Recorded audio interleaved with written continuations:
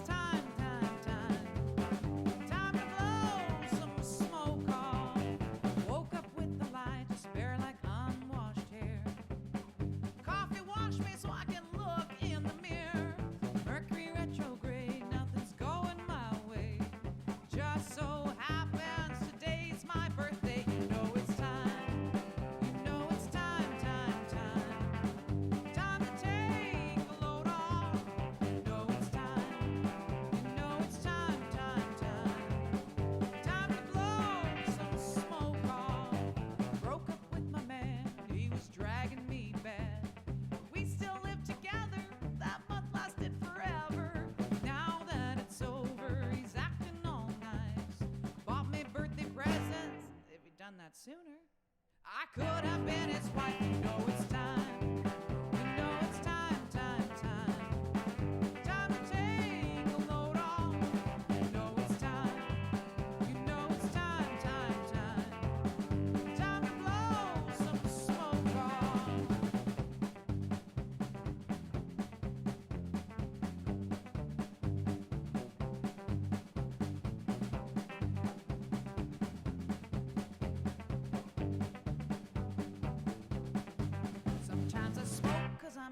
Sometimes I smoke cause I'm sad. Sometimes I smoke cause it's handy. Sometimes I smoke cause I'm mad. Sometimes I need your love and sometimes I need to run to the hills. Sometimes I want somebody to give me some pills. You know it's time. You know it's time, time, time. Time to take a load off. You know it's time. You know it's time, time, time. Time to blow some smoke off. Some days are bad, some days are worse.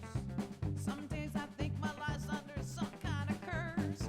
Nothing is right and everything is wrong. What did I do to have to write this song? You know it's time. You know it's time, time, time. Time to take a load off. You know it's time. You know it's time, time, time. Time to blow some smoke off. You know it's time. You know it's time, time, time. Time to take a load off. You know it's time. You know it's time, time, time. Time to blow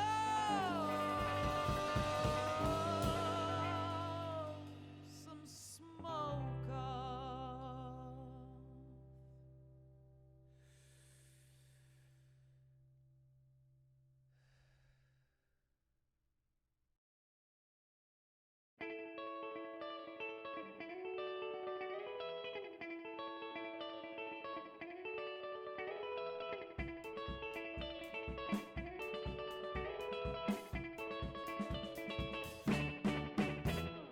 Everyone singing, everyone dancing down on the drive. I feel like I am so alive. Down on the drive, I think I might go out tonight. Down on the drive tonight. Oh, oh, oh.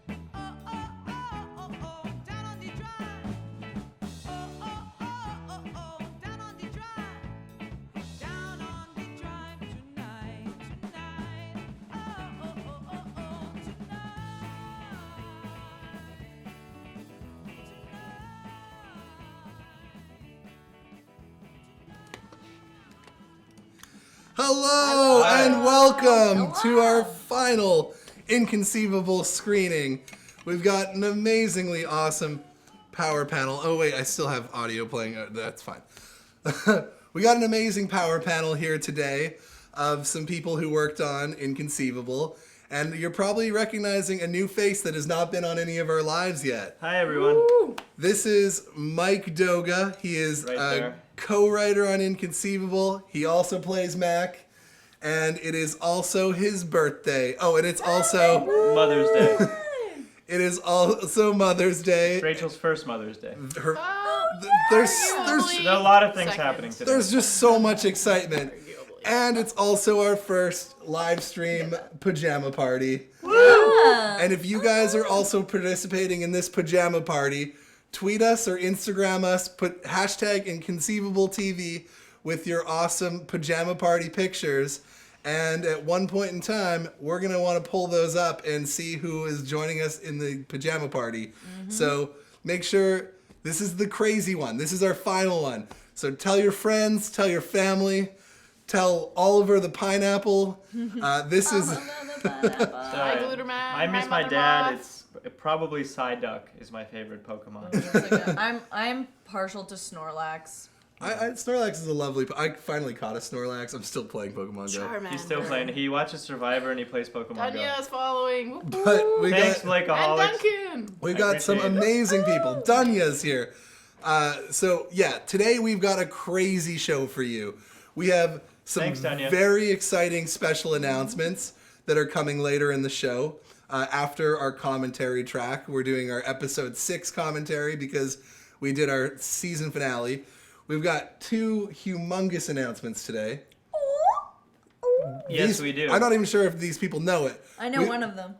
I don't know. We've got numerous guests coming on the show. Yes. We've got Allisson, who plays Michelle. We've got our costume designer, so questions for our costume designer. We got our producers. Oh my gosh, Allisson is... she got the memo. She's going to the back door. Yes, Allisson! Okay, so Allisson is here. Our green room is full of people who worked on Inconceivable, and we are going to be switching up the panels, showing you clips that you've never seen before, and all sorts of exciting stuff. It is going to be a good show. It might be a little longer than usual, but that's half the fun. So remember, hashtag InconceivableTV. Get your pajama party pictures up. Show us watching the Inconceivable live stream in your pajamas. And I want to see your PJs. Thank you. I miss my dad. We need all the subscribers we can get. We just got a new subscriber. I think. Thank you. Can we get to 12,000 by the end of the show? I don't know. Like 11,400 or something like that. I just would like to point out that it was in fact my love of Snorlax that got us that subscription. Yeah. It had nothing to do with the quality of product that the we show make. might not be any good, but Snorlax. Stick around I miss for the my show. dad. Who are you? And how did you find this? And watch. How did you get here? Watch our last episode of another show on this channel, Average Dicks. After this, if you like Pokemon. Oh yeah, because we have a Pokemon. We have a themed Pokemon-themed episode of another one of our shows that's included in Inconceivable. And these guys both wrote it and are in it. Yeah. That is true. Am I in that episode? You're not in that episode. No. You're in every other episode. Sometimes you gotta throw down, man. What wouldn't you do for a Dratini? Actually, you know what? That's right. Dragonite is actually my favorite Pokemon. Fair enough. All right, let's get on to watching episode 6. First of all, how does it feel to have all the episodes out now? Is that an exciting feeling? I like it. I like it. I think it's great. I think now that all the episodes are out, I feel like we're constantly picking up new fans and people who have seen all of the episodes are kind of like spreading them around, and new people are being like, "What?" And I think especially when it's like a short web series like this, when people get a chance to catch on to it, and they're only like 10-minute episodes, they can sit down and like binge watch the whole season and be like, what? So yeah, I've been getting a lot of messages from people who've binge watched it. Like they're like, I've been holding off, but now the new episode's out. I've watched them all. And the show gets addictive, so it's nice to be able to offer people the entire season if they want to watch it all at the same time. And it's exciting to like finish a project and then have it out like right after. I know like the feature, Shooting the Musical, is coming out next month, and we finished that a while back. A little while ago. A So, little while ago, you'll notice that I look exactly the same. So yeah. I would like Doesn't to age. say know. Glutterman. That's awesome that your sister watched it also. Yeah. Is she watching this or did she watch the show? Maybe the... No, the I whole perhaps show. the show, I feel, yeah. But I mean, She thank binged you. them all Friday, so I think Oh, there that's we the go. show. That's Yeah. awesome. Well, you guys all rock. Let's talk about episode 6. This one, originally episode 6 and 5 were like written as like one episode, and we're like somewhere we'll cut in between, and then Yeah. it was originally going to start. Well, let's get right into it. Dive in. Let's dive in. All right. Story Hive, thank you for giving us the funding for And also season for 1. being so cool And the about everything. freedom.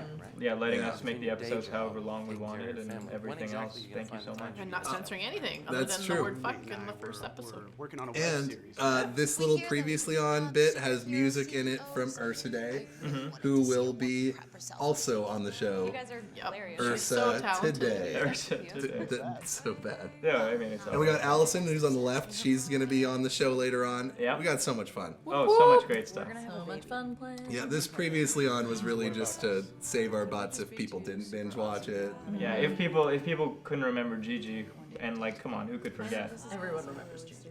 Yeah. Let's be real. This Let's was be in case real. they forgot me. If I only ever, yeah, exactly. How are you being pregnant? Next time, Glutterman. Next time. I mean, Except don't for you there want to won't be an hang out or something? Well, Celebrate this weight off our But chest? we've You never know. got some. We'll have some exciting live streaming something soon. 'Cause we got- define next time. Well, yeah. I have a live stream show that we'll tell you about later. Yes. Yeah. Which actually the There's a link moment to your live stream show is in the description. Awesome. Boom. Beauty. Winning daddy brownie points. Important day for that. It is. Yeah. Yeah, it's Mother's Day. We gotta suck up extra hard today. All right, so So- here's our dream board. Back, yeah. Which you That. made. Yeah, I made And that's it. Bowie. That's our son at the top Baby middle. Bowie. Stuck that on in episode 5. And that's Katie and Rachel's faces on Ellen DeGeneres and her guest, right? Was But it the- Ellen and Portia or? No. No. I don't No, remember I who can't the remember. partner was. But the thing was, we had to cover them up because we didn't own the rights to Ellen we DeGeneres' couldn't- face. We couldn't. Now I want to go. and see. Why don't you own the rights to Ellen DeGeneres' face, Joel? Here's our beautiful Tony and Trina. Yeah, which they both wanted to be here today and they couldn't. Yeah, it's Mother's Day, you know. It's Yeah, I Yeah. feel like a lot of people. Yeah. I- Tony's become quite a fan favorite in the comments and in the reviews we've been getting. Yeah. Definitely. Yeah, and this particular part too got a fair bit of attention from Lisa Powell's article as well, talking about how often when you're gay, people are happy or have any more hetero tendencies or anything like that. So that's something that I noticed Oh, there was in a real life was that yeah. you're getting This shot, yeah. shooting a driving scene at night, got us in so much shit. It was so dangerously rigged to the car, and like, it was like, just told my DP, let's just go. And he's like, we're not ready for this. Like, we'll rig it up. And That's the some- whole rig almost fell off when we were driving. Some my old friend school Megan us stuff. Bukta, body double. Don't tell our Gee. producers that part, by the way. Yeah, don't. Well, yeah, it's a good thing they're not watching. Good thing they're not watching in the green room over there. Oh shit, they're right looking at at us. us. Literally angry producer face. Uh-oh. through the No, window. Wait, what did we say? We didn't say anything. I was talking about the rig for that car scene. Oh, Oh, here we go. Gigi. Ow, ow. I had a lot of fun shopping with our costume designer, who you meet later, for that particular piece. You were there for that? I wasn't there. I would have paid to be there. No, I'm just kidding. That's very. I was teaching But I was there for that. he was there for that. Which I love this that moment. joke. I was teaching a class when I got a picture of Gigi's lingerie. To like, is this gonna look good? And I was like, one of those moments where you're like, oh, in the middle of the class, like, why did I look at my phone? I got all these like students. Yeah. This is my favorite moment of myself in the Yeah, show. it's a short scene, but that's my favorite Mack moment. Is just It's like How dare you come into my space and tell me what to do? Lisa's here, but she's gonna be a high and by. We already Hey, we already Lisa. name dropped you earlier in this, so you Yeah. gotta And you watch. know, her Lisa website here, is so- thefandamentals.com, right? Mm-hmm. And it's probably in the description There's and also 3 our articles. three. Actually, there's a 4th one that's coming out. This interview with you, right? interviewing Katie. So she's got 3 Yeah, up we had a and great one more talk. coming. We haven't even posted the one of theirs yet, so we got a whole backlog of. But she's been very kind to us in the writing and everything, and written really detailed, really great Yeah. reviews of And, the show. and speaking of the lingerie in this scene, etc., our costume designer Linden Watt is going to be in here later on in the show. So Blake just shouted out to her. Just kidding. Blakeaholics love the username, by the way, Blake. Yeah, this was a very long day. Everything that was shot in the Crack Shack was shot in one day. It's my fault. Also that day, Bowie and I came to set, and we had got kicked out because Bowie kind of was maybe like not even barely crying. It was a very small set. I You couldn't drove have a 40 baby. minutes to set, and I got there, and Joel was like, "Get out." And I No, was like, that wasn't. "Excuse We me?" let you go watch. It was during this scene. If there was a baby crying in the background, it would have not kind of worked. obvious. But there was a super cute photo of Bruce and Bowie on that couch. It's a wonderful yeah. photo. Yeah, there is. He was so cute at lunchtime, and it was what was nice about shooting the Crack Shack was I got to nap with our assistant editor Andrea in her editing room where nobody would enter because apparently only I had the gall to do it. That's where I hid too. Yeah, it was a good place to hide during the set. There's days. not much places to hide. In So the I Crack Shack. actually had No. to. They actually made me this lovely kombucha drink, and I hate kombucha. Yeah. And I had to chug it several times for this scene, and it was so gross. Funny because in the writing room, that particular drink changed like 4 times. We were like, "Oh, it's gonna be sparkling champagne," and then, "Oh, it's gonna be this. Oh, it's gonna be Yeah. this." So they were like, Yeah, and there's mojito kombucha, and then, but then a lot of it, I think even it wasn't even what we had written because it was red, and I'm like, oh, we didn't write something that would be like a red kombucha, but. Oh, Yeah. yeah. No, so she was just like, "We brought you Okay. kombucha," and it's one of Damien Trina's and best Trevor lines. have arrived to this stream. This is good. This is a big stream. A lot of people. A lot of people. And Yeah, thank yeah. you, Trevor. Trevor was actually here last night to wish me a happy birthday. He's one of the best people we know. Yeah, he left me some breakfast beers. Yeah, he's just a great guy. Favorite beers. Lerner. The best.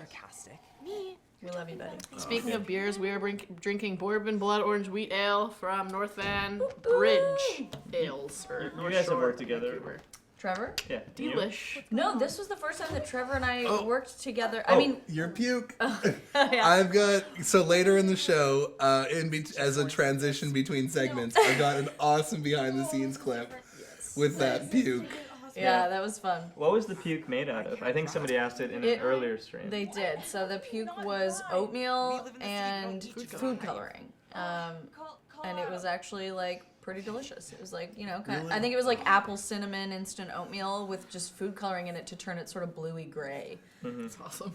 And it was, it didn't taste bad at all. It was, The voiceovers in this scene, we had to do Gigi's and Bruce's at separate times, but me and Bruce went in a room to do it, and I was doing Gigi's voice, and it was I bet all that was sexual. sexy. Oh my god. I got out the side of the room, and everyone's just laughing their asses off rolling in in the the hall. hallway. Because Oh, we yeah. make everyone shut up, and all they can hear is me and Bruce getting sexy. The red ones, not the vegan ones. That's a favorite line. Yeah, Throwback that was one of my favorites. Oh, and thank you, Bennett. I wouldn't be anywhere else. And thank you everyone else who's wished me a happy birthday, like Carrie, that I haven't. Kombucha's the best. Yeah, I have a lot, most of my friends. My sister loves kombucha, makes her own. She's got her own, So mother does Duncan. club. He's got a whole bunch of. He got what? 2 taps, It's Duncan? a cool. 1 tap? It's a cool practice. It's I just oh. I just don't like So it. this Shot in New York. shot in New York. We yeah. got a B unit in New York. Mike on his phone.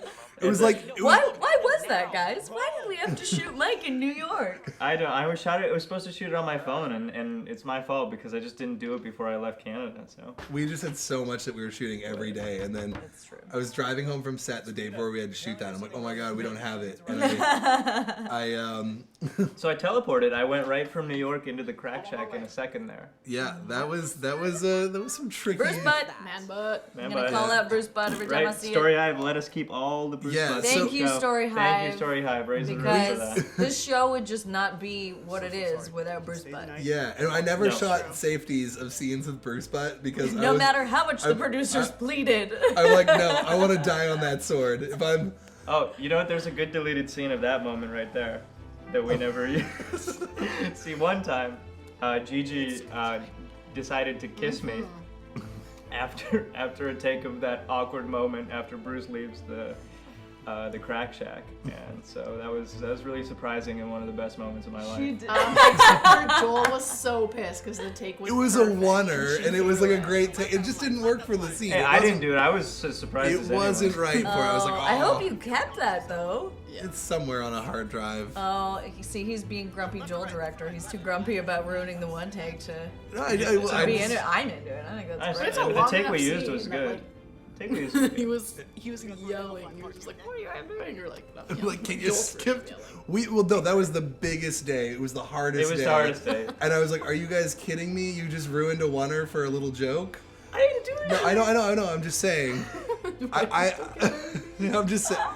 And this You ruined this it. was another scene where it was You originally. couldn't have punched her or something? There was no way out of it? There was no. It was, This is actually kind of sad. It was This- a consensual this location, surprise. Joel and I, well, we were actually had issues with our baby in the hospital, and so Joel knew this would be a great location, and just So this is at the Children's Hospital, and I meant this is somewhere, but every time we had, unfortunately, Bowie had to be in the Children's Hospital for almost a month, Thanks, but it was David. over Thanks, Mother-in-law. 2 separate occasions, and every time I had to, go and come back, I could never find parking there, so we decided to shoot it there, and it is way too busy, that Children's Hospital. Yeah. crazy. And Lisa Giroux, Lisa Giroux. she was awesome. She was so fun to work with. She's just great. Yeah. Lisa DeRue. I've always kind of been a fan of hers, and I just like out of nowhere, I'm like, you don't really know me, and like we've got no money, and like she like stars in like Hallmark movies and what have you, and I was like, can you please just do a little cameo? And I was crushed stoked to have her. You you edited something that she was in, and didn't you? We're all gonna be okay. At some point, you guys like made Did friends I? in the green room. Oh yeah, on a project I was. So You have a girl? She's a great local actress. Yeah.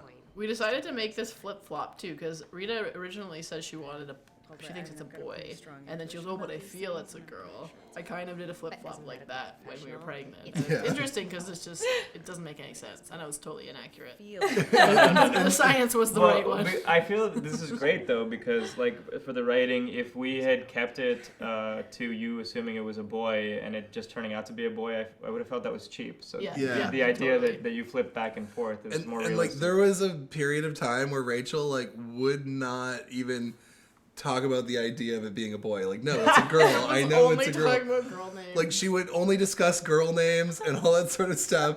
And then we Thank you, finally Davion. found out that it was You know that is? it was Carolyn. It's Ursaday.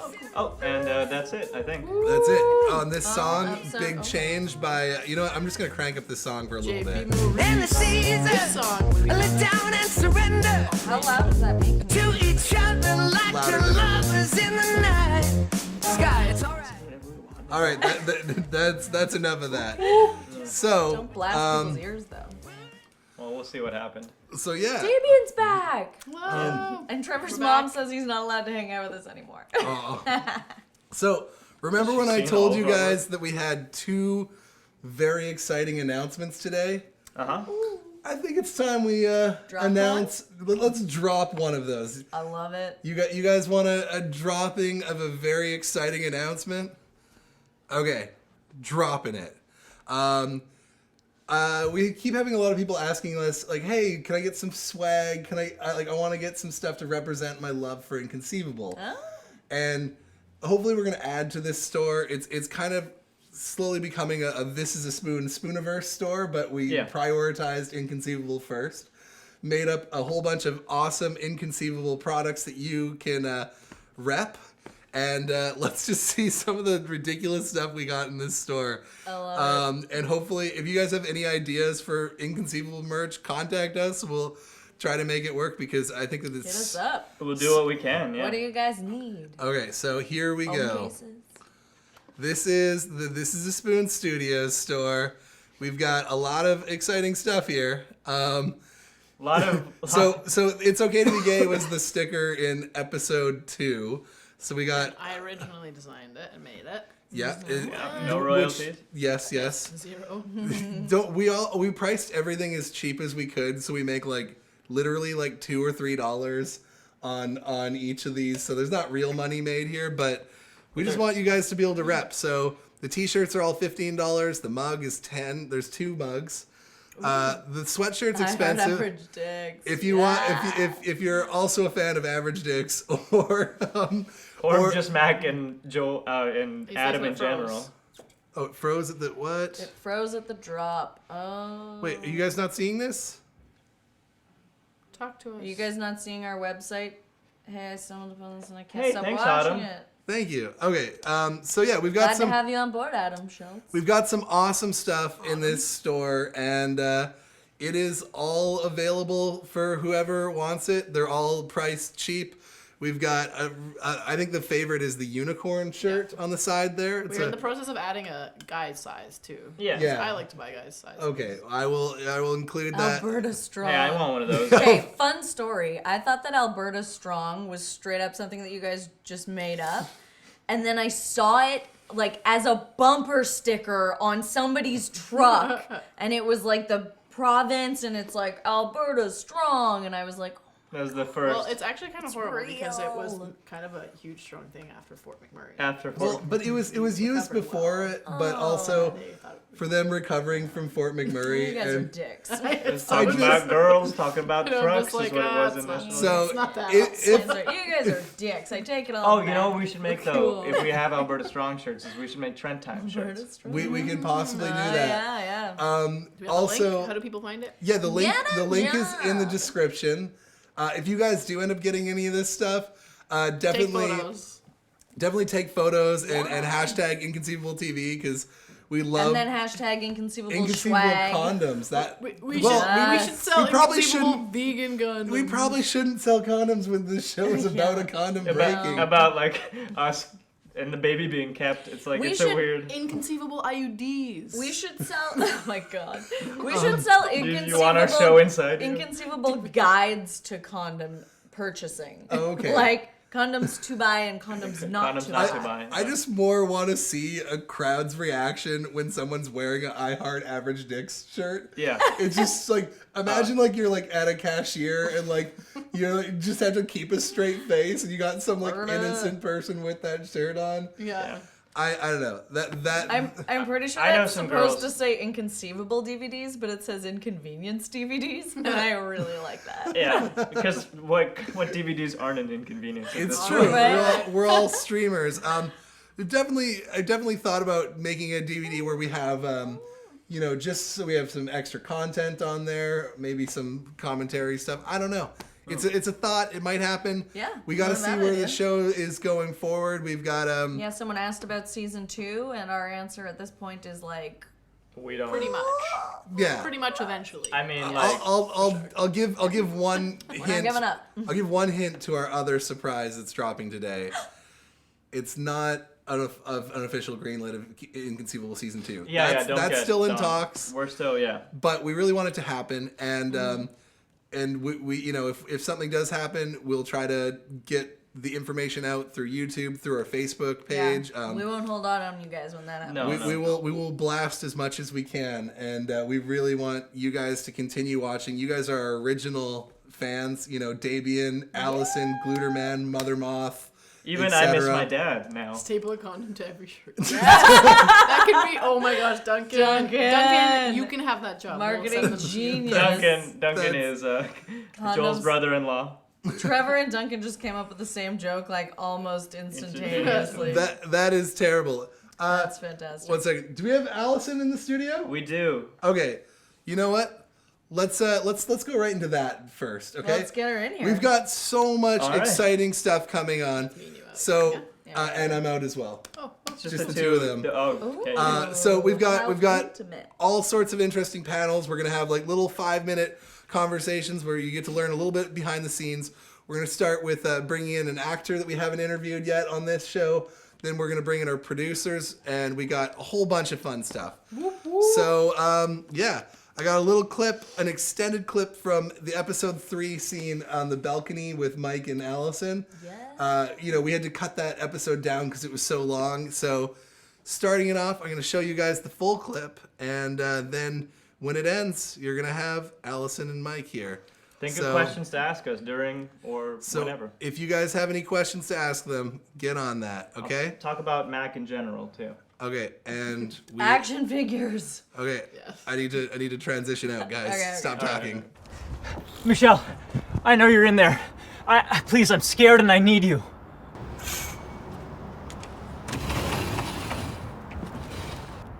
What the hell is going on? I need to talk to your daughter. I just had a full-on premonition. Are you high? No? Well, yes. But I have never been so clear in my life. I'm calling the cops. Dad, no, wait, it's fine. I'll handle it, okay? Mack, what are you doing here? Hey, this is just like Romeo and Juliet. Yeah, only because I want to kill myself right now. This is not okay. Or remotely romantic, okay? Michelle, I love you. Yeah, well, can you just do that by yourself, please? Look, if you really loved me, you'd accept the fact that I've moved on, okay? Wait.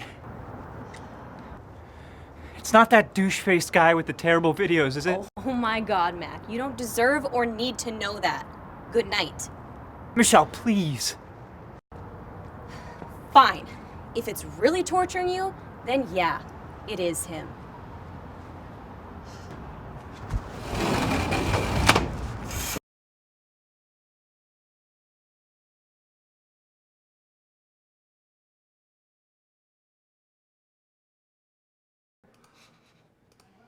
Sorry for the black screen. I'm here with Allisson Klause, who agreed to sit next to me. Yeah. It's a big deal. So, hello everyone. I'm Mike. I wrote on the show. I casting directed the show. You'll figure out how weird that was in a second. And I play Mack. And Allisson plays I'm Allisson. my and ex sort of girlfriend, Michelle. You Yeah. go ahead. And Yeah, I don't know what else to say except for it was super fun shooting that balcony scene in the middle of January with a barefoot Mike. Yep. So that was good. I almost lost my feet to frostbite. Yeah. So that was a lot of fun. It was a tough winter for Mike. It was a tough, yeah, and the next one is coming. Stupid joke. Okay. So I actually am in an interesting position on this show because I am the only person who writes on the show and also plays themselves. And a lot of the show comes from like real life experiences, but the stuff with Michelle in particular is kind of like an amalgamation of a lot of different stuff. But what was particularly interesting was that I also cast the show. So in some cases I had to read things that I actually said with actresses and watch them do it. So I guess the first question I would ask Allisson is, what did it feel like in the casting room, not knowing the entire backstory I just told the audience? It felt like just a normal audition. I was like, all right, cool, like standard sort of like breakup scene. And then after I got casted and sat down and had a conversation with Mike, I was like, oh, I had no idea this was an actual kind of situation that happened. Well, in a sense. It's definitely an amalgamation of my just terrible sort of track record with women and what was going on for me in my personal life while Joel was going through the biggest thing in his. Yeah. What was it like? What was it like getting to know us for the first time at the table read and then going into shooting? Because you're one of the few cast members that we didn't have any experience with prior to the show. Yeah, it was funny because I hadn't seen Average Dicks. I hadn't. I think I'd like quickly watched like your pitch stuff for Inconceivable because I realized that I had also just finished doing a Story Hive project of my own. And I was like, oh, I had no idea that this was Story Hive. And then I looked at it too, and I had kind of sort of half met Joel at a Story Hive event, and I saw him talk. I was like, oh, that's cool, good for him and his project, and then completely forgot about it. Mm-hmm. And then lo and behold, there's a casting notice that went up, and I was like, that sounds really familiar for some reason. Yeah. Yeah, sure. But it was interesting because I had seen it and known it was kind of somewhat autobiographical, so I kind of figured deep down, I'm sure some of this had kind of Like- stemmed from real life in its own sense, but Some of the words in that balcony scene that we just went through are words that I've actually said to someone. So did you do anything special to prepare for this role? well, I mean, we hung out a bit. We did, yeah. So I grew a really nice hatred for you. It's very easy when you spend a lot of time Yeah, with me. so I spent a lot of time with Mike, just growing that little ball of hate right here for you. So Here is good. I'm glad Here's it's good. here It's and here. not just like if it's guttural, it's like not really guttural. bad. It's there. It's light. good. Yeah, you Yeah, don't wanna it's go a lower than- lighthearted hatred. So Wonderful. I feel yeah. the same. So other than that, I don't know. I don't know what else to say about it. Well, how about this? How about if you were a fourth writer on the show, what would you want Michelle's future to be?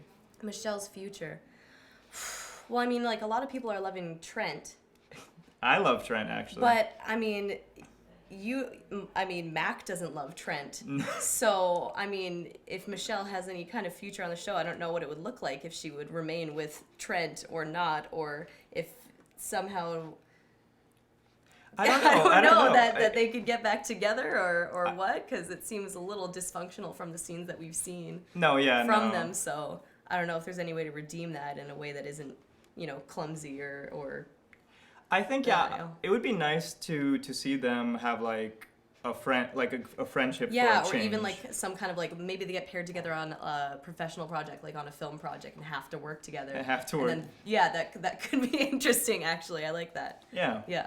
No, Trent is definitely a character that I want to bring back because we just had no idea the kind of fire we were playing with when we originally wrote him. Yeah. And Clayton just came in and brought his A game, and by the time the character was fully fleshed out, I was like, I'm supposed to make this guy unlikable, but like now I want to date him. Yeah, which is great too. And also, I'm from Alberta myself, so I'm very much Alberta strong with Trent.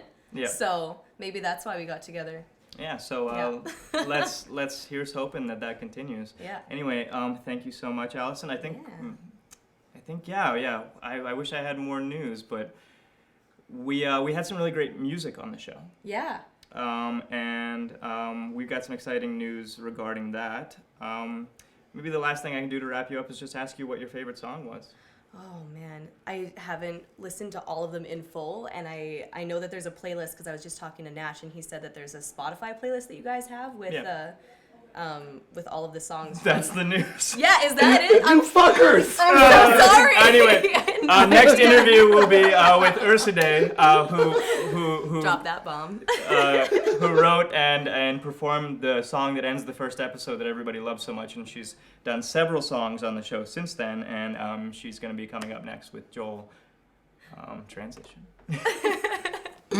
Thank you so much, Allisson. You're one of my...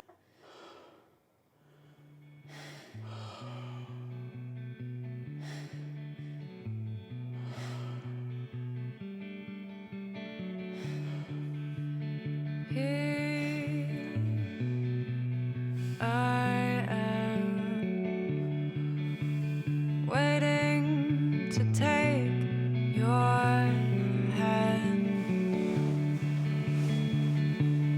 Do we salvage what we've got left, or lay this love to rest?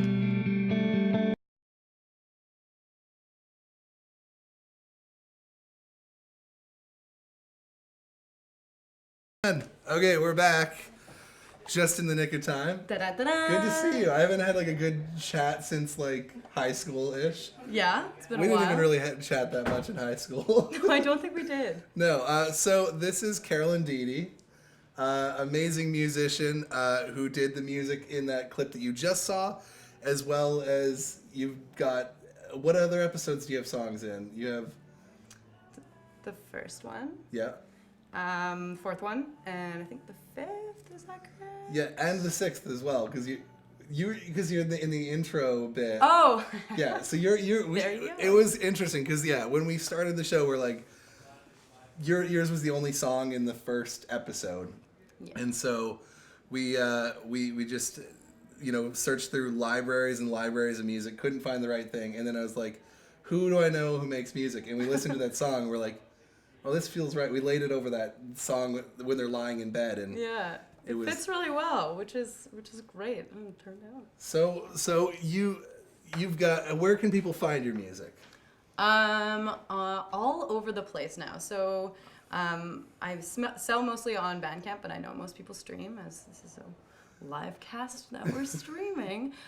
So recently I've been put on Spotify and Apple Music and all those streaming sites. So yeah, you can find me all over the internet. Nice. And how did you, like, going back, when I knew you in high school, you were like a bit more basketball player and also very academic, I believe. I don't know, you were in IB, right? Yeah, I don't know. I was kind of like the class clown of the IB class, though. Okay. Does that count? I don't know if that counts. So then how did that transition, because I never knew you as a musician in high school. How did that start? I don't know. So I was really musical as a kid, and I did a lot of choir and all these sorts of lessons that one does when their parents sign them up. And then I got some really bad stage fright, and so I didn't play for a really long time, didn't perform in front of anyone, and then, I don't know, I picked it up again when I was in my early 20s, and now I play a lot. Nice. Yeah. And you were touring in Europe for a little while? Yeah, so I just got back from spending some time in Germany and touring a bit, and then I also did a bit of touring a couple years ago when I was living in Montreal, so... Mm-hmm. Awesome. Mm-hmm. So yeah, definitely check her out on Bandcamp, Ursidae, all under caps, which is a pain in some ways. It is. It's more like when we're trying to get like other people to like, hey, double check our credits. They're like, oh, that's got to be capitalized. I know. Every time. Or I write a bio and everyone's like, are you sure? It looks wrong. I'm like, no, it's right. Or even on Spotify currently, if you go and check it out, you can see that it is uppercase for the first U, but... it's fine. It'll get fixed. It's all good. And speaking of Ursidae and Spotify, your music just launched. This is perfect timing. We're waiting for yours, like one of the last holdouts on Spotify. I know. Don't worry. And we've created a soundtrack for the show that you guys can all listen to. It's in the description box. It's a lot of fun. It's a good soundtrack. I was like listening to it while driving, and I was like, "This is a solid music." And yeah, lots of good local artists on there too, which is really really nice. It just happened to be like 100% local, and we got Good for Grapes, JP Maurice, Monica Lee. Do you know any of these people? Yes, I heard all those names, and I heard all of them on the show. So there you go. And you're working on a new album. When can people expect that? Aiming for October. But yeah, you heard a little clip of it in that intro piece, Lullaby. So that's just one of the ones that I'm starting to work on now. It's with the same kind of crew, with Cody and Ben. Nice. Have you recorded some of it so far, or? Yeah. So the guitar is the only part that's kind of finalized right now. So the rest of it's all pretty rough. We've got drums and all sorts of. Do you do the guitar in the? Yeah, that's really? me. I bet, because you should score for film, because it all works really well the way it pairs with dialogue. Well, pick up season 2. Call me. We can make this work. It's all good. There we go. We go. Because it definitely. We got a question from the audience here from Trent Time. Oh, Trent Time! My goodness. Where does the name Ursidae come from? So Ursidae is a Latin name, and I think I probably pronounce it wrong, but it is the Latin name for the bear family. So if you're looking at all those Latin things that you write for biology, that's where it came from. Okay, because I knew bear kept kind of coming up when I was like searching for like pictures of bears and like. Yeah. So another way to confuse people, just throw bears at them. But at least it's like pretty like searchable in itself. It's once I found out how to like spell it right. It was, I'm like awful. Ursidae is what I used to say it was. Well, I've been told by a couple Latin teachers who have come up during my performances and said, by the way, it's Ursidae. I was like, well, considering what I write about, it's a little bit morbid, so Ursidae is what I'm going with. Okay, that's great to know. So we got the soundtrack launching. You're working on your new album. Yes. So is this your first run in having your music in a TV show or web series or? Yes, I think I did get placed once in a wedding video, which is also a little bit odd. I think it's just really quiet, so you can't hear that I'm singing about sad things. But I love like the mellow, it kind of got this like melodramatic but hearty feel, and like like it's such a bittersweet feel to your music, and that's yeah. I feel like when it's just me and I'm singing it and being sad and making and creating, it's very sad, and then you add all of my buddies on there, and it gives it more of an uplifting feel after everyone else is on there. But at its essence, it's depressing. Fair enough. Well, thank you so much for coming here. Definitely check her out on Bandcamp. The album it's pretty cheap. It's like yeah. $5.9 something like that. It's a well worth it. I have gotten a lot of a use out of that album, and so check her out on Bandcamp and on Facebook and on probably all the things. All the social medias. Ursaday, she's awesome, and I'm stoked to have you in here. Yeah, no, thank you so much for having me. All right. It's been great. Coming up next, we have the producers of Inconceivable in the studio here. I know a lot of you guys have no idea what a producer does.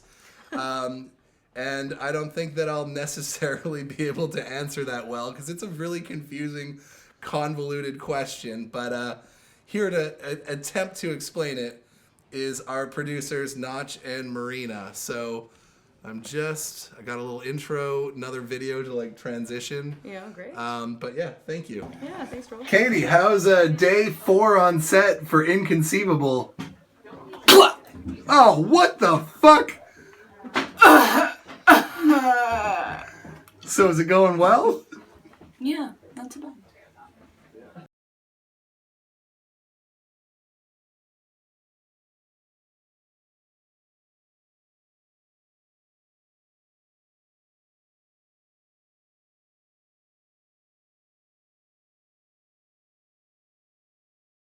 Okay, hop in. We're actually live already. Oh, it was a very short clip. Hi. This is Marina, and operating the camera and making it look a little bit better is Notch Dudsdy Matha. Sorry, Marina Dix. Hey. And Notch Dudsdy Matha. So before we get into specifics of producing this show, I'm going to ask you the age-old question that most producers I know can't even really answer that well. What is a producer? Such a good question. Marina? I have no clue. I have no idea. Basically what we do is we make shit happen. Joel has ridiculous ideas and Notch and I go, cool. We can help with that. We can do that. We might be able to do that. Yeah, so basically this show is a lot of, well, in the last episode, I always forget how many times the line "Don't tell Marina" came up in that episode. It was basically every single thing. Basically, I think it's like producers are like the responsible adults. Yeah. Try to be.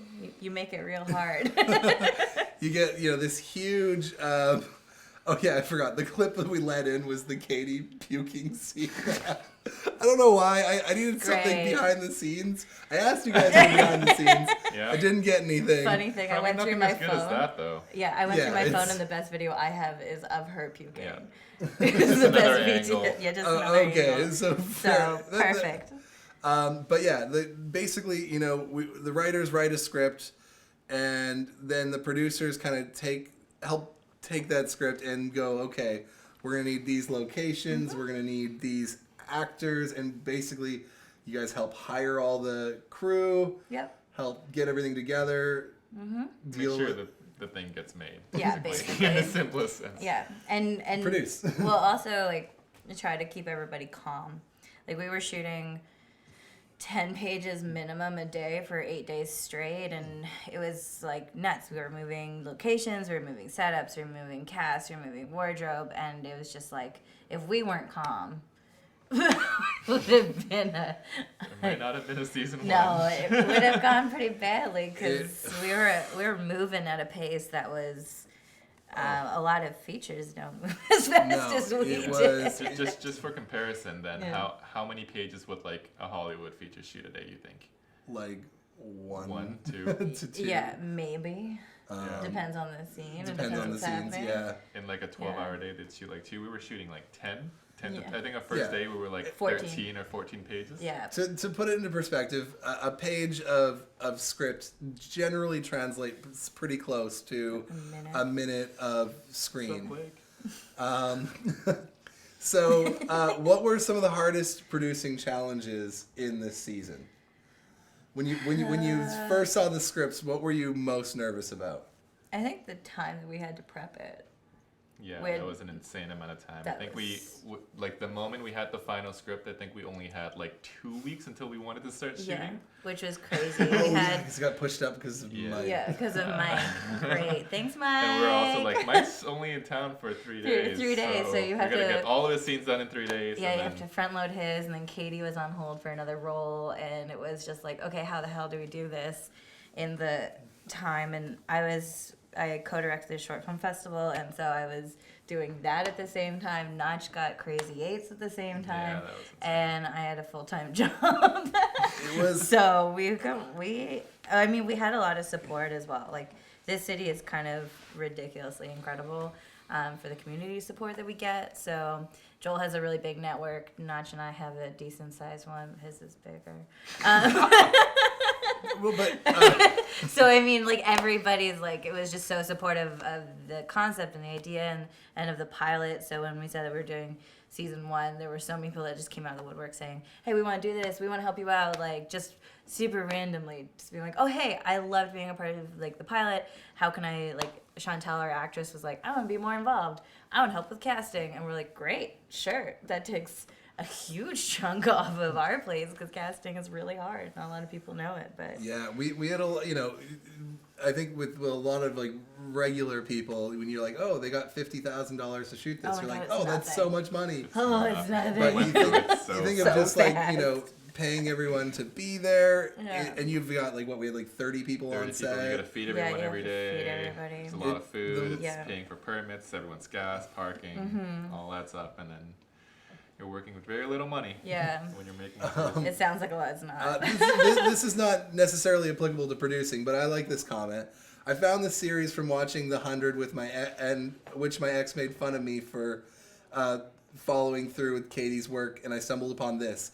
The story hit home as a queer woman who got pregnant as well. Awesome. I'm glad to it is definitely when Rachel was experiencing this and we were going through it, like, we didn't have a guide or a roadmap of like, oh my gosh, this is what life is like, is that, and that was kind of what drove us to do the series, is there wasn't representation of a story like that. So I'm glad to hear that it's not just us.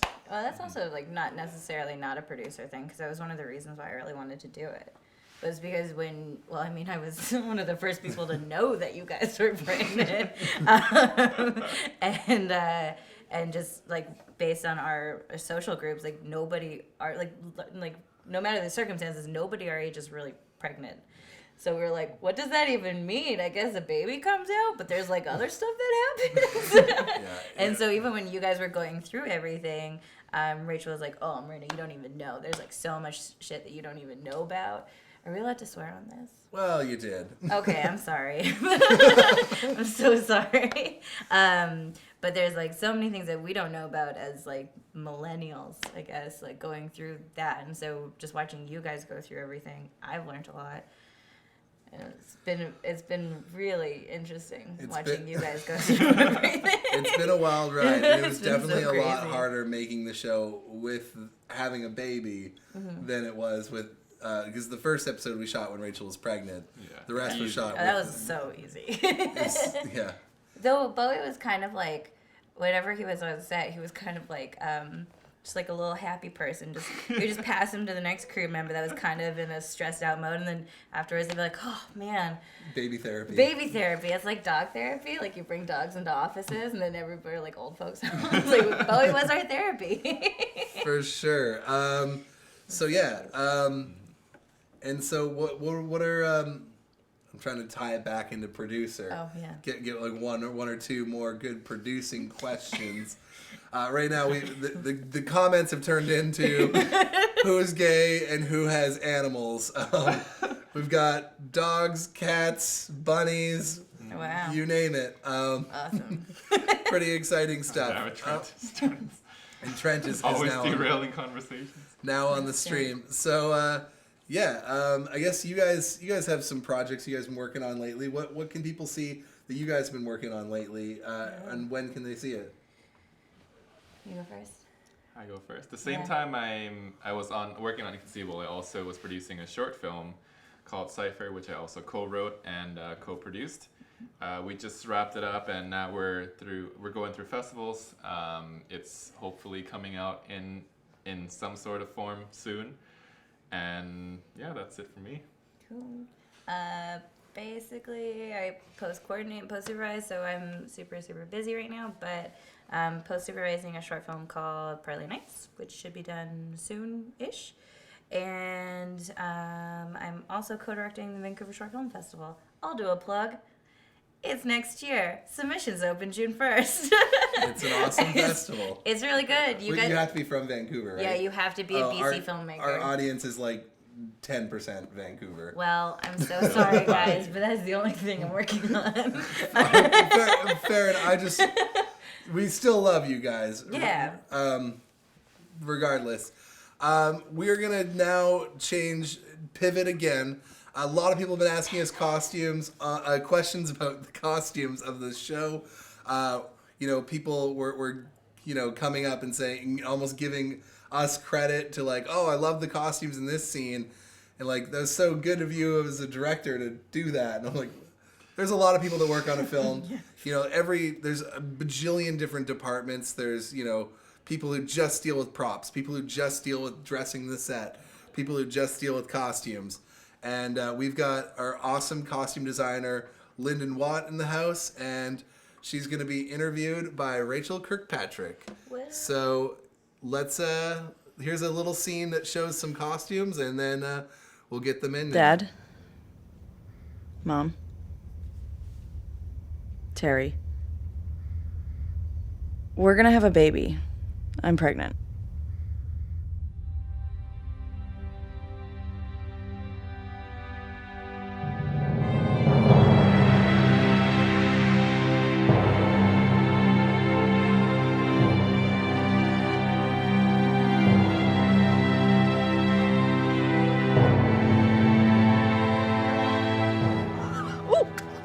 Welcome to the family. Terry, go get the champagne out of the freezer.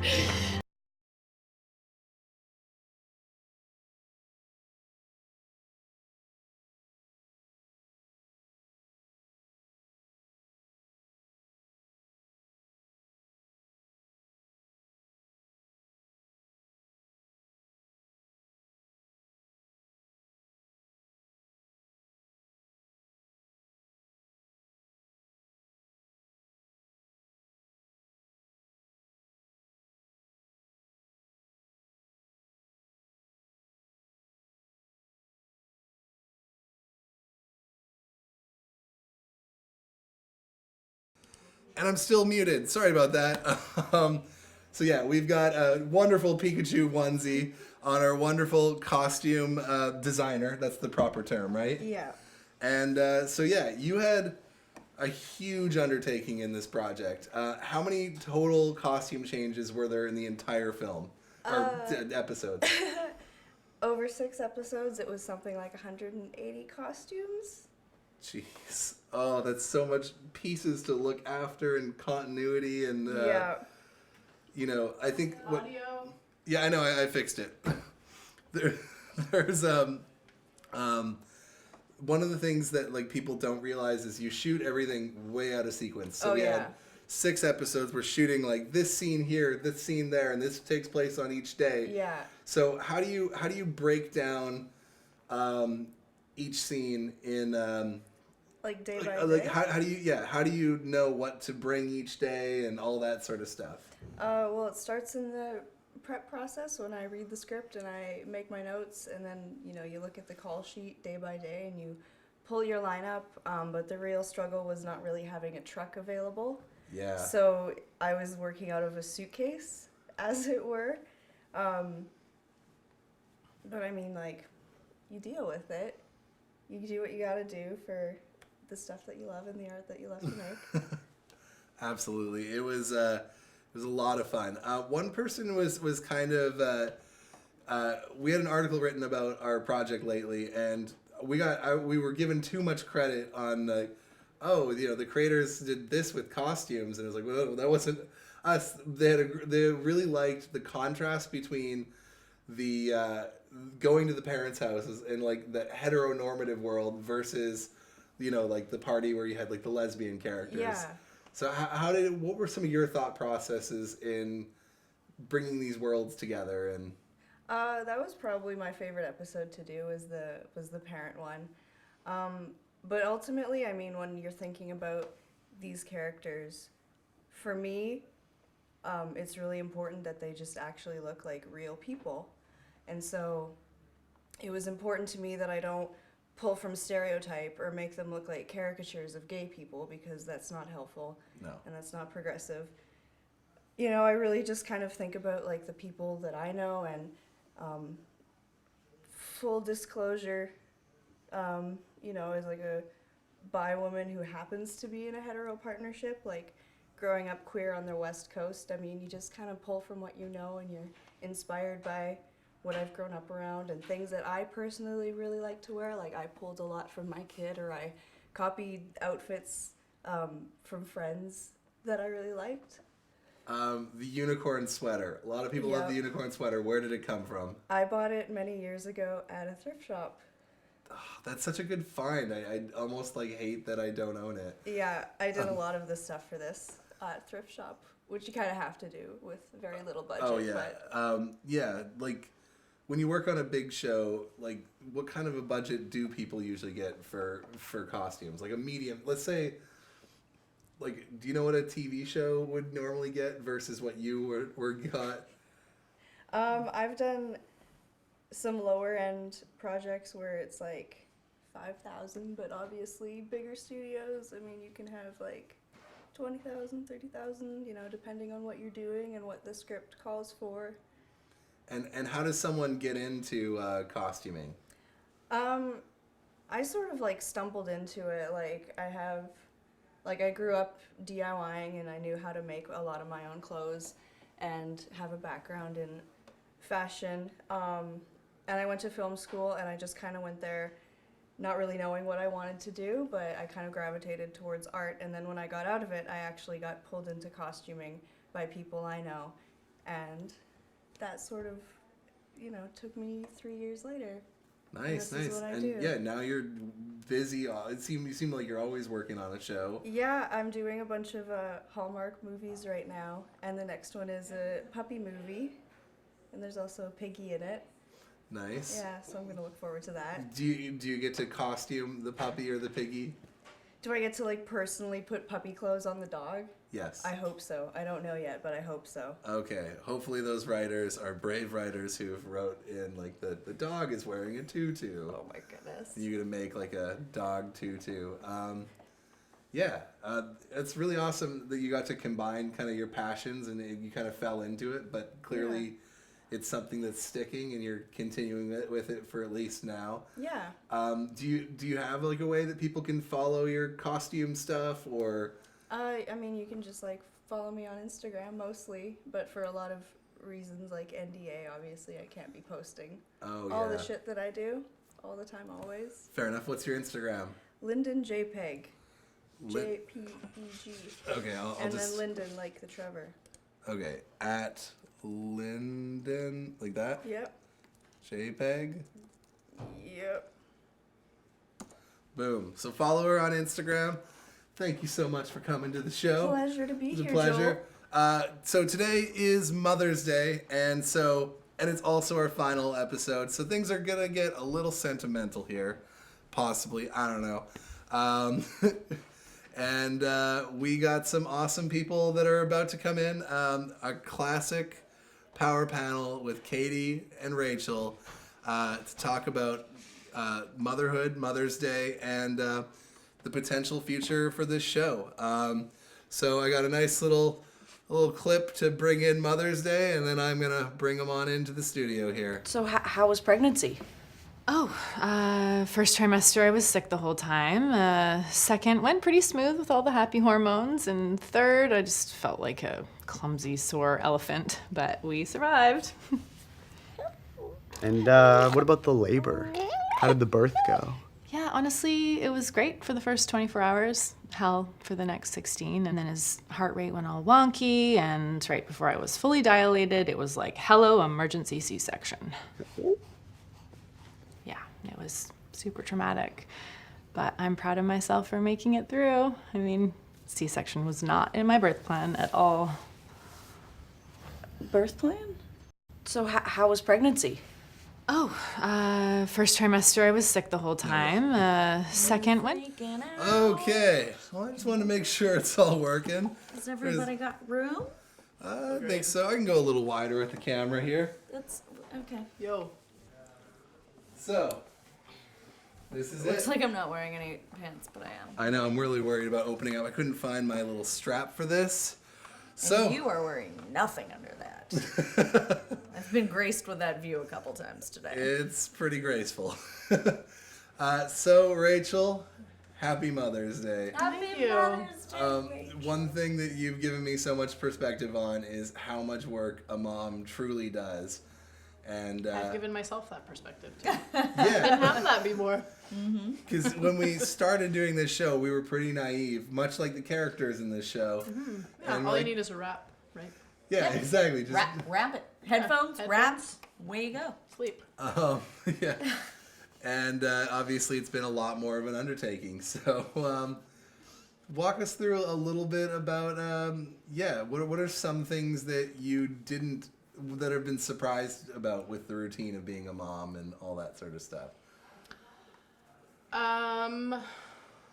Good question. I have been surprised at how different every stage gets. So the baby gets born, they sleep a lot, and then they slowly sleep a little bit less and less, and then they just, everything changes. Like first they do nothing and just hang there. They can't move and go anywhere. Then like one limb moves 1 month, and then one limb moves another month. And then eventually all the limbs are moving, and then eventually they're crawling away from you. So it's like everything changes every few weeks, and it's like pretty wild. And from what I hear, it just continually changes for the next, 12-ish years. That's kind of the way I see it. The way I see it, you parent for like 12 to 14 years, and you just let them go. Okay. So to me, it was like a university degree. 14, There's an you end to it, kick kind them of. out, you say, we've You're taught good you now. enough. It's You time can to figure it out. time A lot to of people, fly, little fledgling. That queen. a lot of not people queer. loving your shirt, except what- a little bit upset with it not being nap queer. Bowie is the true nap queen, and also I find I have never had, people say when you have a baby you don't sleep ever, and that is true, but it's also not true. I have definitely never had more 11-hour sleeps in my life, or naps. I've never been a napper. Like I always wanted to nap, but never did, and now I nap whenever I can. All the Some time. might even say you're the queen of it. I'm the queen. Nap queen. So yeah, if you guys have any questions about Inconceivable, about parenting, where do babies come from, all that sort of stuff, we're gonna field it. Yeah, I'm running on very little sleep. We threw a party for Mike's birthday last night here, and I have not had the chance to nap at all. So hopefully after this, that'll be the case. One thing I remember feeling though when the character Rita just found out she's pregnant and is deciding to keep the baby. That's kind of where we are. Mm-hmm. And one thing I remember saying all the time when I first found out, first was pregnant and dealing with it in first trimester, I remember just saying all the time, the only thing I had to look back to was puberty in terms of all the physical changes that are happening, and I just kept saying over and over and over again, this is way worse than puberty. That was just the line. Forget it. This is hormonally worse. What is potentially gonna happen to me is way worse. Everything just sucks. That's kind of where I was at. Happy Mother's Day! I think another thing is pregnancy is very tough, and then you have the baby, and it's even tougher. And I think the craziest moment, I think, as a parent was when, you had the baby. It was the most crazy day, the labor, all that sort of stuff. And, we spent the night in the hospital, and then... Laboring. And having a baby. After the baby came out. We We spent that night in the hospital just so they could keep the track on the baby. And, you know, we're so exhausted. We've been up for like 72 hours, it seemed. And then we finally get a little bit of sleep. And then at like 2 a.m, there's this cry. And you're like, that's our responsibility now. There's no adult that's going to just like... No one's coming. Yeah, and I remember too, it was like, we had the baby at 7:30, and we started laboring the day before at like 3 or 4. And I say we, because it's like a very much a 2-person job to labor. And at like, we had it at 7:30 in the morning, and then, so like we just had him, and then it was just like, oh cool, he's here. And then like, I was surprised the first day was like the longest day of our lives. Like it was just like, oh my god, it's only noon? We've only had this baby for 5 hours? Like it's like, okay, when are we going to bed? Like when is it nighttime? Insane. So we have a special guest for you. Oh. It's my favorite. You can just bring him right in. Over. We thought he'd come up, be on like every show, but it just didn't end up happening. Our baby's name is Bowie. He's 7 months old. And he's my favorite Almost co-star. 8. Don't tell Bruce. And we're about to... Hey, bud. Hey, Cooper. Bowie. This is baby Bowie. Hey. Hey. Who's that guy? He is the inspiration for our show. Babies come from condoms stapled to t-shirts. That's awesome. Yes, Gluter man. So, someone is wanting to know a bit about the labor, and I think that's an interesting... Someone asked that? Yeah. I would totally share. kinda I'll share anything. Share a bit about our birth story. Sure. Can't abide by this. this. Before, I'll let you get into telling it, but I'll just tell one misconception that we were laughing at before it. In the movies, when someone's water breaks, they like rush to the hospital. It's big emergency. It's go, go, go. It's crazy. And the thing is, usually when your water breaks, you still have to labor for longer before you can even be admitted to the hospital. And so we were kind of like laughing at that because the day before you went into labor, we were watching like Bridget Jones's Baby, and they're like rushing to the hospital like that. We're like, it's not like that. Yeah. Chill, Bridget. You got time, girl. And then we had our birth story, and every birth story is very different. But why don't you tell us a little bit about that day? Well, like just to piggyback off that, the labor also has like 3 stages. That was something I had no idea about. And there's like pre-labor, active labor, I don't know. Anyway, whatever they are. They're 3 very different stages, and each of them are many, many hours. So to like have your water break or something that is a sign that your labor is coming, and then just like rushing to the hospital is apparently something the hospitals have to deal with every day, and they usually send people home and they say, go home, labor 4 more hours, wait until your contractions are less than 5 minutes apart, and then come back. So it's just something that we learned. Anyway, our labor was awesome. It was really beautiful. I would feel like I was super empowered in my knowledge of birth and labor, and it ended up just being... There was some things though that didn't go away with. Yeah, well, I'm gonna tell it, but like in general, it was awesome, and it wasn't that horror, traumatic story that everybody always talks about. Like obviously there was pain involved, but nothing. It was manageable. But yeah, so I had 3 days of what's called prodromal labor, where you like have start and stop labor, where it just happens slowly, where your contractions are like a half an hour or more apart, and then. I'd like pack up the car. I had the car packed for days, like, ready to go to the hospital. Yeah. I had diapers, everything. I started laboring one night, and then we called our doula. If anyone doesn't know what that is, we can explain it, but I won't explain it just right now. But we had the car ready. We had everything ready to go. We started laboring at like maybe like 10 or 11 p.m. And then we called our doula, and she just said, you know what? Don't worry about it. Take a gravel and some wine and go to sleep, and then wake up in the morning. And then if you're in full blown labor, it'll be much worse by the morning, and then you'll know, or it might go away, which is also completely normal in the days leading up to the big day. So that happened, and ironically, Joel did it with me. He took some gravel and some wine also. But thinking back, at first we were like, yeah, this is great, we'll just go to sleep. And it actually was wonderful, because I did labor all night, and Joel slept through the whole thing. But also, if we had to go to the hospital, that would have been horrible. We didn't think of that. Yeah. But anyway, so we did that for 3 days. I was getting really tired by the third day. I really wanted to labor because I lived in Joel's parents' house and they were coming home and I didn't want to labor with anyone home. So I was like, we gotta get this baby out. They're coming home. I was very tired. It was day 3. I went and got acupuncture. That's what the midwife and doula said to do. And within an hour and a half, my water broke. And while we were watching the Muppet movie. While we were about to watch the Muppet movie, we She never didn't even watched get through it. the opening song. Not through, yeah. So we literally got back from the acupuncturist, and 10 minutes later, so it was like an hour and a half from the time we got home through traffic and everything, but it was 10 minutes later, my water broke. And so we knew from our birthing class what to look like for it. There's a thing called, I guess, meconium in the... this is gonna get graphic. I hope this is okay.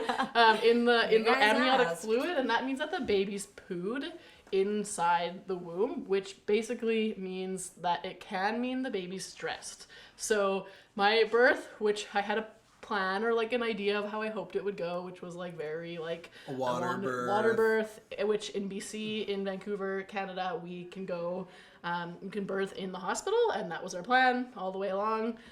They have big tubs in there. And so that was the plan, but as soon as we saw the meconium, we knew that it was a high-risk labor. So we went to the hospital. We were in the hospital within an hour, and then labored for the next 12 to 14 hours, which is pretty normal, and that sounds crazy. People are like, oh, it's so many hours, but you're so busy. We were so busy. There's so much going on, and contractions happen every few minutes, so between those minutes, you're fine. Like, you're just waiting for the next one. You're hanging out, having a super fun time. A super fun time. It was so fun, though, because, like, so I had my friend Megan, she's commenting on here. She was our photographer. So we had a photographer, like, and I had this, like, awesome, huge robe that I got to wear. Like, I felt like, because, like, Joel and I aren't married, and we never got a wedding or whatever. Like, not got one. Like, it still didn't work. Shit. Megan's asking, hey, remember the label on the fridge in the room? Oh yeah, that's okay. Okay, we'll tell that. I think we need to tell it a little quicker because it's our final show. Okay. We want to get back to Inconceivable. Anyway, we had the baby. I had an epidural at like 6 a.m. because my labor wasn't progressing. When we got to active labor, which is when you're actually pushing the baby out, he came out in like 8 pushes, 45 minutes. It was super quick. He was Mr. Soapy Boy. And then he came to life. Hey. And he came out and he crawled right up me, which is apparently really normal. Little newborns can just crawl. And it was super fun. Yeah, that was our labor. And then he was here, and then everything changed. I want to know what the label on the fridge said. Okay. It said no. It was actually kind of sad. It said no placenta in the fridge. Like, please don't put your placenta in the fridge. But it's a shame because we wanted to keep our placenta because gross. You can eat that. And yeah, you can, and I won't even get into that because that's a huge debate and ordeal. We were gonna freeze it. But we ended up not getting someone to the hospital in time to grab the placenta, and we couldn't put it in the fridge. And they wouldn't let you put like it in 5 hours. So it sat out there for like 5 hours, and the doula was like, I can't let you consume that. We were happy with that. Yeah, that seems like the right choice. So at yeah. that point. So Damien asked earlier, how does the show differentiate from real life? Obviously, Adam is not my name, and Rita is not your name. No, we definitely take a fair bit of creative. Who's the dad mom? We've touched on like a few things that were different, like the due date of Bowie wasn't actually Joel's sister's wedding day. They were like a week apart or 2 weeks apart or something, but it was funnier. We thought that, well, it was within 2 weeks. The sentiment was there of how definitely awful it was close. Yeah, exactly. Yeah. It was uncomfortable. And some really good humor is going to come when people closer to the wedding, but everyone's like, gotta keep your legs closed, and that drove you insane. Yeah, I was like, please don't comment on me. Oliver the Pineapple asks, who's the dad and mom? So the show, if you're just tuning in, question, though. Like, I think he did correct himself. But if you're just watching now and you don't know what's going on, the web series Inconceivable is based loosely on the events that happened between Rachel and I, and So yeah, does anyone have any final? Someone's here with Alex's weird brain just got here.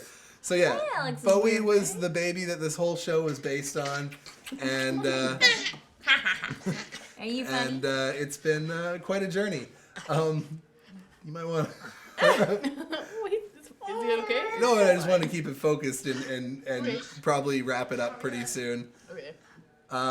So if you guys, You're so distracting. sorry, if you guys have any last questions, this is your time to ask it because this is our last sneaking out?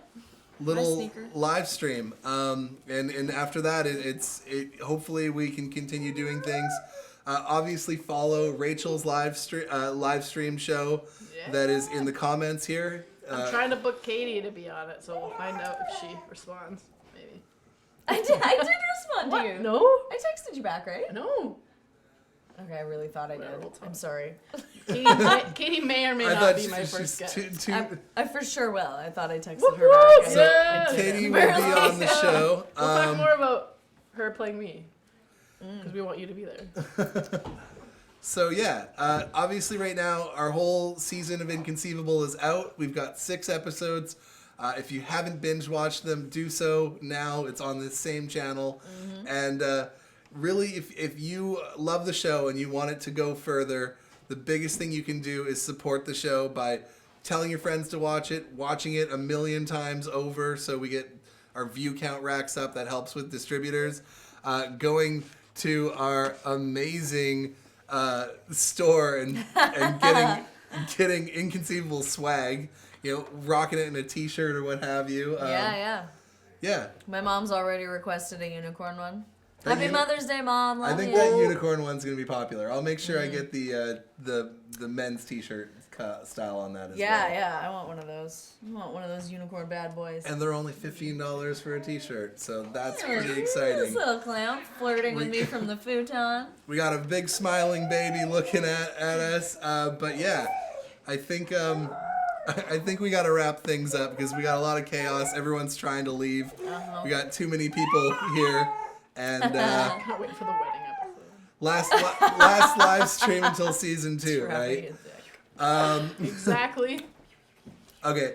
Can we just sorry, there's a lot Just of sign off. Okay, fine, we'll sign off. It's just distracting. There's like 100 people looking at us. There's 2 walking around. Just so you guys are aware, there's 2 people in this room looking at us. Okay. Thank you guys so much for watching. What do we have? Do you have anything that people can look forward to watching? Last plug. Yeah. I mean, look for Altered Carbon next year On Netflix, in right? the summer on Netflix. Another one.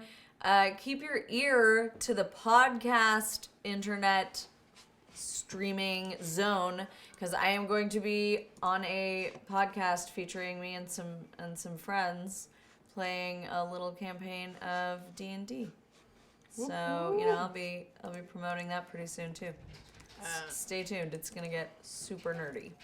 And I'm starting a live web show called Relaxing with Rachel. And the topics are mostly going to be sex, sexuality, and... What is the question? Rachel, are you going to do your YouTube interview channel? Yes, I am. Every second Sunday at 5 p.m. So same time as these live streams. First one is May 28th, so 2 weeks from today. And we look forward to seeing you there. Our first talk will be with me and Katie, and just... Yeah, maybe. Maybe. The 28th. So Sunday nights is also when we're doing our D&D podcast. Well, maybe Katie will be there. We'll figure it out. All right. We'll figure it out. Someone asked if there is if we could go look if there's anyone who took pictures of them in costumes. I don't see any pajama pictures. Did you hashtag Inconceivable TV, Glitterman? You have to hashtag Inconceivable TV. Inconceivable TV. But I guess that is not the case. So anyways, we're wrapping this up. Thank you guys. I've got a project coming out next month, shooting the musical. It's a feature. So excited for it. It's super fun. I'm hoping to do some form of a live Q&A with that. So I will be playing the part of Bruce Novakowski. And that'll be on iTunes. That has Bruce in it. It has Mike in it. Sorry Katie wasn't in it. I didn't know you existed yet. We hadn't met then. And it's going to be super fun. Thank you guys so much for joining us. And You're the best. Best fans ever. this is the end. Thank you guys so much. It's been a wild ride, and we are so blessed to have real human fans. All right, thank you guys so much, and we'll see you soon. Love you guys. Bye bye. Be good to each other. Bye.